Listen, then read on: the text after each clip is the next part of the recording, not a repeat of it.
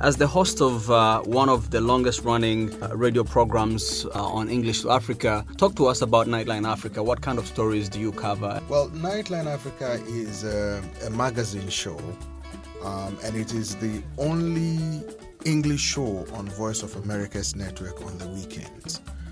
It's personality driven.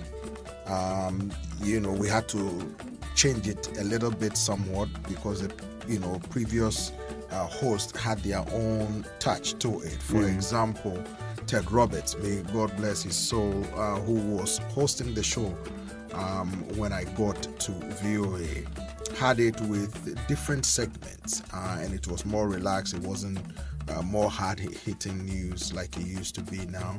Then it came to Akwe Thompson, and then somewhat it fluctuated between Akwe Thompson and Douglas Mpuga before it was given to me to host.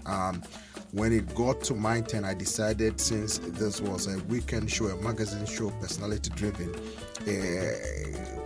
the news should not be relegated to the background. So I decided to bring in a little bit of a news angle to it, with high-profile interviews, including heads of state, insurgent or rebel leaders, kings, queens, anybody, decision makers, basically, to talk about what is going on in Africa. So we let Africans drive the news themselves to tell their own story. And how long have you been hosting the show now? Well, I have been hosting the show since 2014.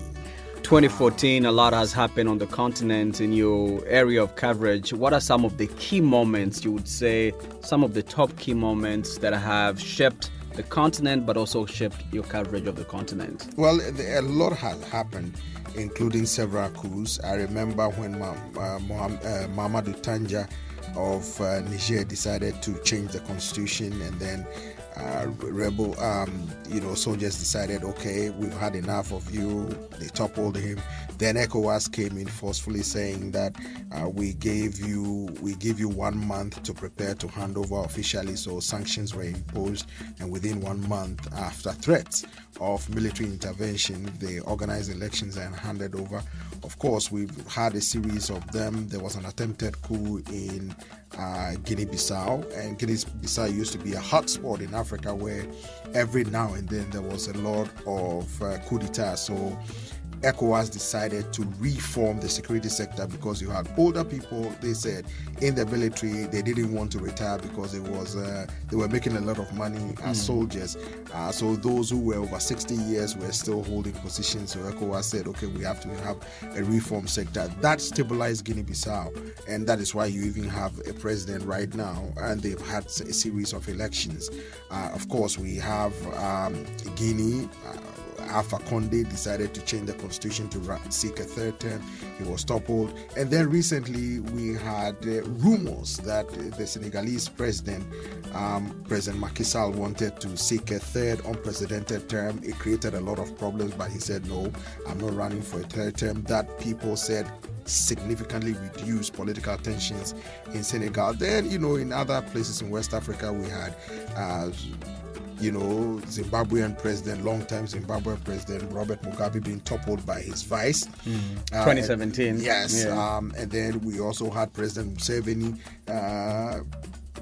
beating, so to speak, Chisabeseje, and then now you have Bobby Wine coming in. All the different so elections. there are a lot of things that have been going on, of course. Then we had, for the first time in Nigeria's political life, a sitting head of state, Goodluck Jonathan, losing to Shea handing Baba over power peacefully. Yes. And I was in Nigeria when he phoned the main opposition leader, then Muhammadu Buhari, the main opposition leader, and conceding defeat.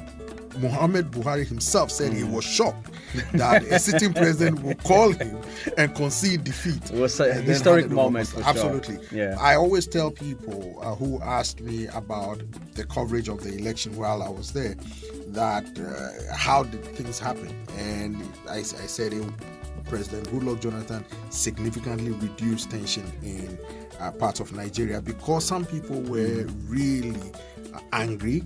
There was a guy called Mr. Orubebe who was the Minister for Niger Delta Affairs, and he was unhappy. He accused Professor Tahiru Jiga, then the chairman of the INEC, INEC, yes, of ethnicism, tribalism, of rigging the election. But after that, tension calmed, and Jonathan handed over power peacefully in a transformative election that set the tone for peace and stability in West Africa. Unfortunately, things are heating up again, where we just heard that Bazoum Mohammed, who was then opposition leader, served as foreign minister. I've spoken to him, I've interviewed him a number of times, became president, and now there's another coup. So things are happening. As we are speaking, we're not sure whether there's been a coup d'etat or not. You have spoken to so many heads of state over the years. Tell us about one or two most memorable for you. Well, if I were to mention any name, they will not be happy with me. So I will try to be political and stay away from them. But all of them have been properly interesting. In terms of announcement, like if they made a big announcement on your show, and the truth is, almost every time I get to speak with them, they always make big announcements, because they use it as a platform to reach out, not only to the rest of Africa and the rest of the world, but they reach out to their own people, that this is what we plan to do. Now, once they make those announcements, then I can go back the next year and say, okay, this is what you said. You made a commitment. Right. What was the follow-up? Absolutely. How has it been? Yeah. What is the implementation? All those kinds. But one significant interview I think I did was with Benjamin Ferencz. Benjamin Ferencz is about 98 years old now, and he was, or is still, the only surviving prosecutor of the Nazi war criminals. And I had an opportunity of interviewing him in courtroom 600 in Nuremberg, Germany. That same courtroom where he prosecuted the Nazis. Yes, So these are some of the That's amazing. Activities that have happened so far. Yes. 60 years, English to Africa has been on air. What is the impact that it has had on our listeners around the continent? It's been tremendous. The impact has been tremendous, because I grew up listening to VOA English to Africa news, from Straight Talk to Daybreak Africa I grew up watching Straight Talk and listening. So I come from a background where, as an African, hearing these, I would want the experience that I had for other Africans to get that experience. I want people who make decisions to be interviewed, and those influences, and then you get reaction from ordinary people who want to see their lives improve.